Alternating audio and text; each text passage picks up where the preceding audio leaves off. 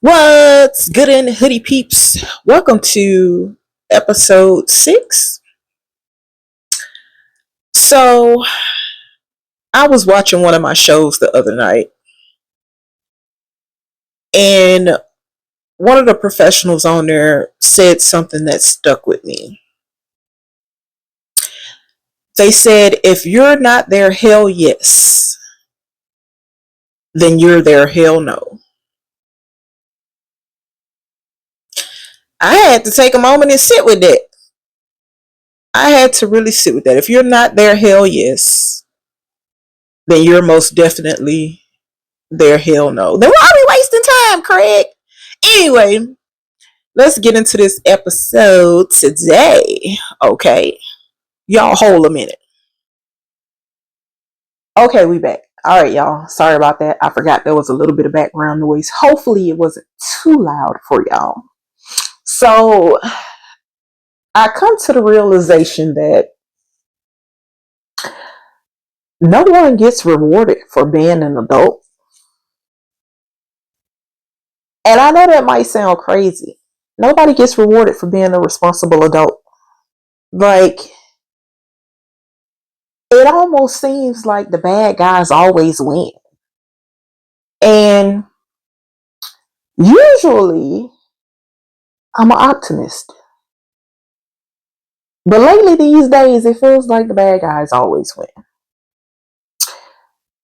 There aren't as many honorable people left in the world. I don't know. And you see it daily. Whether you're watching the news, whether you're on social media, just the internet in general. I mean, hell, YouTube. But there's no reward for being a single female that works, that did the right thing by not having a lot of kids by different people. And I'm speaking in a traditional sense. I know some of y'all get offended so easily. Please don't crash out. I'm just saying, for me, the way that I was raised, right? No kids before marriage. Uh, Basically, no kids out of wedlock, all that good stuff. No kids at an early age, had to finish school first. And I feel like for those of us who done it, who successfully made it throughout life and didn't step out of bounds in certain ways, got their degrees, got the job that they wanted in that degree, or maybe not, or maybe you went another way, but that did all the things in life to be successful. These days, there's no reward for that. And not to say that we did it for a reward, but you get what I'm saying. It's the instant fame people that wins these days, or at least appear to be winning. The internet be lying. But, and I used to get so pissed off when someone used to tell me this years ago. I used to get so pissed off about this person always preaching about modest women and da da da da da blah blah blah.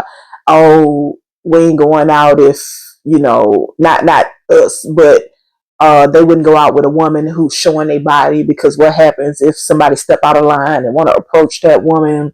All these hypothetical scenarios, right? And as a woman, in my mind, I'm like, my mama used to always say, if you got it, flown it. And B, if you're not masculine, just say that. Like, you can't handle a little fight, Craig.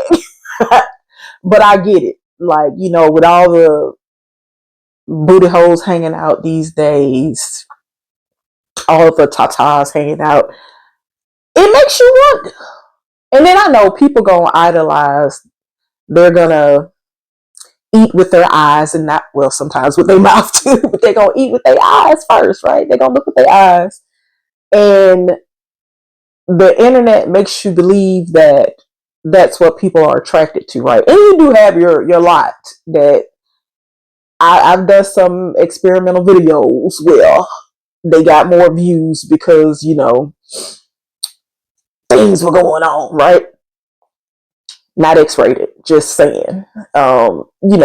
Because the internet is for entertainment. It's entertainment purposes, right? If I get on here and I try to teach you something, try to show you how to draw something, at least recently those videos have been getting more views. But if I get on here and do a little two-step, usually the two steps get more views than the workout, the food, and the art videos, right? So it just seems like, and I'm not saying that they're bad guys, like they're out committing crimes and stuff like that. I'm just saying. I'm just saying. But yeah, that's where I'm at with it. Like, and I'm only speaking from my perspective. I don't know what you're thinking. I don't know how you feel. But I'm just call me Captain Obvious, right? But growing up, you used to think there was going to be a reward, right? You do these things, you're going to get the white picket fence, you're going to get the family, you're going to get all these things, right? That was back then. It might have been true, right? And I was the little kid that didn't want certain things anyway. Like, I was snatching all the heads off my Barbie dolls. I was beating Ken up. Not to scare nobody, you know what I'm saying? But I was a little tomboy, okay? But I never saw the big house and the picket fence for myself. But, you know, a little something. This was before tiny houses was invented. Like, I ain't need all that. I was taught not to live above my means. I was taught, be budget friendly because I'm a cheap girl. Okay, I'm cheap. All right. But I don't want to say that it wasn't something that I want, but I had my own idea of how I wanted it, right? And this probably don't make no sense to y'all, I know. Just keep track, okay? But I said all that to go back to, there's no reward in serious committed relationships anymore. At least it don't seem that way. It seemed like, you get your person that you want to have companionship with, and that's about as far as it goes. And then you come home to an empty house or whatever, whatever your tea may be. But, I come home to an empty house and I work, cut. Like, I work, I come home, I take it, I cook, I clean. She cook, she clean, she smell like onion. Whatever the song say. Okay. I do all the things, right? And I don't want it to be woe is me because I was married once upon a time, right? And I did those things then as well too. But being single for a good decade now, Auntie, finna be 40. Auntie almost 40. Real soon, okay. It just seems like there's like, where's the reward for the good behavior and hard work? It almost make you wanna go outside. You know what I'm saying? Like, wait, where my lollipop at? But as a matter of fact, I think people think something is wrong with you because you're single, no kids, approaching a particular age, and they're like, well, it must not be good, you ain't got no kids. That's the first ignorant thing I always hear. It must not be good, you ain't got no kids. Maybe I didn't want none at the time. Maybe I didn't want 6 baby daddies. Maybe I knew what wrap it up really meant. Maybe I knew how to take that pill. You see what I'm saying? So a lot of us don't want kids with just any and everybody, because that's why some of y'all miserable now and making the world not so much a better place for everybody else who want it to be, right? Because you're miserable. Misery love company. You and your baby mama make each other miserable, or your baby dad, or whoever. Y'all make each other miserable. Then you come outside You repeat the same behavior and make everybody else miserable. I stay inside. I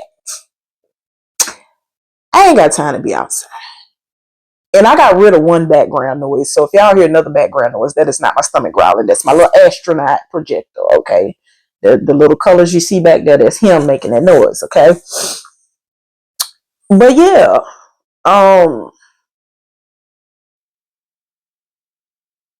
the women like me, because I'll say it, I don't got no kids. I've been single for damn near 10 years, okay? Well, really, at 10 years. Probably gonna be 11 in August. I lost count. But I never want to bring a kid in this world with just any old body. So that means I might have missed my window of opportunity. But, because we ain't going to be like Janet. We ain't going to, I always joke and say I'm going to be like Janet, but I'm not going to be 50 with no top. Not on purpose anyway. I don't know what the Lord have in store. But that's not my purpose. That ain't my goal. Okay? But yeah, I digress. But that was one thing I wanted to get off my chest. It don't seem like the good guys win no more. It seems like the bad guys always win. And I'm going to just leave it at there. I'm going to leave that there. Because I could give you specific examples. But whatever I do with my clothes on. I put it that way. I do it for fun. Whatever. So, on another note,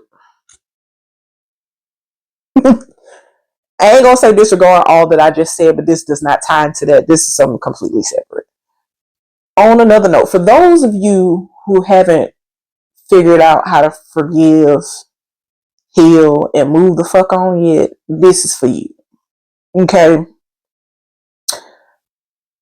Stop making the new people that come into your life pay for all the shit that the old one did. Okay? Stop putting that, I won't even call it pressure. Stop putting the old problems on the new situation. Right? That woman did not cause you that hurt. That man did not cause you that pain. Somebody else is to blame, right? And it's usually always somebody from the past. How else you gonna move forward, right? Stop bringing your past problems into your future situations, and that will wrap that up, right? That'll nip all of that in the bud. Look at every new situation. Even when you go into a new job, do you bring the old shit from the old job? You ain't fuck with them people, so you gonna come to this job and not fuck with them people, but you don't know them. You see what I'm saying? Like, you see where I'm going with this? So, and I'm gonna be honest, I had to learn this myself, right? And it's kind of like those red flags. Now, I ain't saying forget what happened, but in order to heal, you gotta forgive, right? And the reason, now the Bible say forgive and forget, but I, I ain't gonna say what I do, but you know what I'm saying? Like, you can forgive and not forget, unbiblically related. Okay, because I don't want church folk to get me either. But I always say I forgive, but I don't forget. That way I don't repeat the same mistakes, if that makes sense. But I definitely forgive. And I definitely sought healing, right? And then I moved the fuck on. Like, if I didn't, I would still be bitter towards certain people. And I feel like I'm not. I feel like I'm cool with certain people, right? But when you don't allow yourself to move on in the way that you should move on, then you bring all those past problems into new situations. And I used to be quick. I remember right when it happened. Not right when, of course, I gave myself some time. But I caught myself thinking of something as a red flag because it reminded me of him, right? Now, I didn't make it obvious. I didn't put it off on a new person like, oh, you're a walking red flag. I gave him time to fuck up, right? But I knew then where I was in my healing process. I was still in the process of healing, right? And of course, we talk about red flags all the time. Hell, I even got a video, go check it out, about red flags. But that was, but yeah, I got a video about red flags. Go check it out. But that's neither here nor there. The point in the moral of the story is forgive, heal, and move the fuck on. Because you'll never, say you and a new person don't work out, right? But you still haven't taken the steps to do the things that you know that you need to do. And then you meet somebody else. It's just going to be a spiral, a trickle down effect. It's going to be new folks, same strokes, right? So you have to figure these things out for yourself. And like I said, I had to learn this for myself too. Because every little thing at the time reminded me of that wrong that was done to me, right? And I'm like, okay, well, if I do this, they're gonna do this. If I, instead of giving the person the chance to fuck up, I was kind of like projecting, trying to see the future, like, oh, this is gonna happen tomorrow, right? And you cannot be that way, especially if you said you got healing. I had to get divine healing, child, because it almost took exorcism for me to forgive, right? And I'm just exaggerating, I'm being funny, but yeah, you have to do these things for yourself, because if you don't, then you end up being a bitter person and causing someone else that same trauma, and you don't want that, right? When you meet someone new, get out of your comfort zone. Don't fall back into those same old ways that you're comfortable with, because I can guarantee you, what do they say, not two negatives attract, what the hell they say, opposites attract. And in a sense, I believe in that wholeheartedly. I do believe opposites attract, because I think that helps you balance each other out, right? And I know some people don't want to be with the polar opposite because it's gonna annoy the shit out. It's gonna get on your nerves, right? But sometimes that's just what you need. You need to have someone take you out of that comfort zone and do things that you're not used to having being done, right? And for a long time, before and after my marriage, right, I was very independent. I worked, I went to school, I did all these things, got my own cars, I did all that for myself, right? And the first time somebody did something nice for me, I thought there was an agenda. Why you want to buy me something to eat? What you want? Like, and it, being independent isn't a bad thing, right? But sometimes you could be too independent in a sense, to where you may want and you may need somebody to do something for you, but it's just so hard for you to allow that person to do it, right? I remember the first time I was seeing somebody and they did something nice for me. I ain't gonna say what they did, but they treated me, they gave me something nice, right? Immediately, the fuck you all. And I know I shouldn't be that way. I know I shouldn't be that way. And I've gotten better. It was hard for me to take a compliment. It still low key is, but that's something different. That's not even, because people don't believe I'm shy for some reason. So like I be trying not to blush. So when you give me a compliment, I just become awkward and weird, and I'm like, thank you. But yeah, so get out of your comfort zone with the new person, right? Stop doing the same old things, because you're going to get the same old result. Eventually, they're going to continue to pour into you. They're going to get bored. And then they're going to be gone, right? They're going to burn out. And nobody's going to spend all their time pouring into you and waiting for you like to do the things you already know you should be doing, right? And that's the best way that I could put that, right? Like, it's selfish to want somebody to pour into you and you're not giving anything back. And that's just what it is. There was another topic I wanted to get into because I saw something on one of the other shows. Oh yeah, can you teach a person how to love you? So this is separate from that, but because I know a lot of people have the same question. Do you feel like you can teach someone how to love you at this big age, at this adult?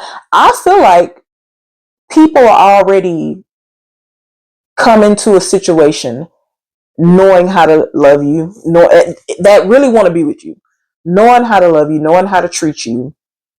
And I feel like sometimes you yourself can do things that are off-putting, that either send mixed signals, because I know I've been through it. I don't know if everybody's been through it. You can get mixed signals. You can give mixed signals. You can be in a sense off-putting. You can be awkward like me. You can be laughing. You can be laughing when stuff ain't funny. That's a turn off to some people, right? But that's my nervous coping mechanism. I make light of situations that are serious to laugh to keep from crying, right? So everybody has their own thing that's going to be off-putting or turn off to somebody. And again, like I said, opposites attract. So y'all have to learn how to work around that with each other. But can you teach somebody how to love you? I think you can give them a general direction, right? You can give them specific statements. You can say, I don't like this, but I like this, right? Or I like when you do this, but not when you do this. And there's a way to word it to where it doesn't sound like you've been an asshole, right? You don't have to be so blunt, direct all the time, like especially not with your partner, especially if you know they're sensitive or soft, and you want that sensitivity and that soft. Now, if you want this to be hard, just say that. Like, you want a thug, just say that. You know what I'm saying? But you can't have the best of both worlds. You can't have your cake and eat it too. You can't want them to. Now, there are some people like me that can be soft and hard at the same damn time. Because, anyway. But you don't want to mislead or misdirect that person or try to change that person so much to where they are not themselves anymore, right? And you can do that on purpose or you can do it by accident. Now, if you want true love, you can let them learn what you like and what you don't like. But if you in that mood to where I ain't finna teach nobody how to love me, and I know I say that sometimes too, and sometimes it's true. Like, we all come into this world, not come into this world, because I don't want to sound like this since birth, right? It depends on how you were raised. I'll just go back to that. If I know that you like certain things and we're at that point where we can do these things together, okay, cool. But I feel like also a lot of people want people to play wifey, but they're not giving them anything in return, right? As I was coming up, I was raised, there ain't no playing house. Either we together or we ain't. Either we together or we ain't, Craig. You can't want your cake and eat it too. I'm not fit to be cooking and cleaning. We don't live together. Of course, I don't really believe in shacking up, but we ain't living together. We ain't together, right? There are certain things you can't expect or ask of a certain person, especially if you ain't around them. So I'm going to end it before I start rambling. But just remember that every behavior is a learned behavior. Unless you're acting on instinct, every behavior is a learned behavior. And there are a lot of behaviors that we all have that we need to unlearn, right? You can, what is it, lead the horse to water? Whatever. But a person can learn how to love you, but you can't force them to love you. You can't get mad if they're not loving you in the way that you feel to be loved, that you feel you need to be loved, especially if you haven't openly expressed these things to them. You can't expect, long story short, you can't expect somebody coming in being a psychic, right? No matter how good at reading people they are, no matter how good at other things they are, you can't expect it. Now, if it's not a problem, if it's not a problem, it's not a problem, right? Ooh, excuse me. But the question was asked, and I thought about it, and I was like, well, hell, can you? Now, I'm stubborn, and I'm getting to that age where I act like my daddy, right? I do believe. I just believe that there's certain parameters around it, right? Is that the right word? I don't know. I'm tired, but I do believe you can teach someone how to love you by the little things, right? You can't expect them to come out full throttle, especially if you send them mixed signals.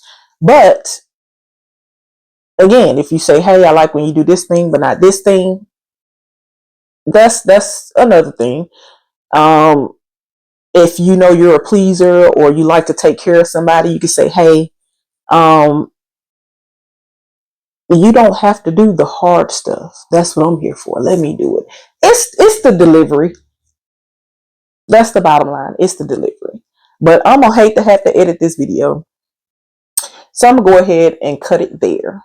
Okay, y'all be strong. Y'all stay on and poppin'. Bye.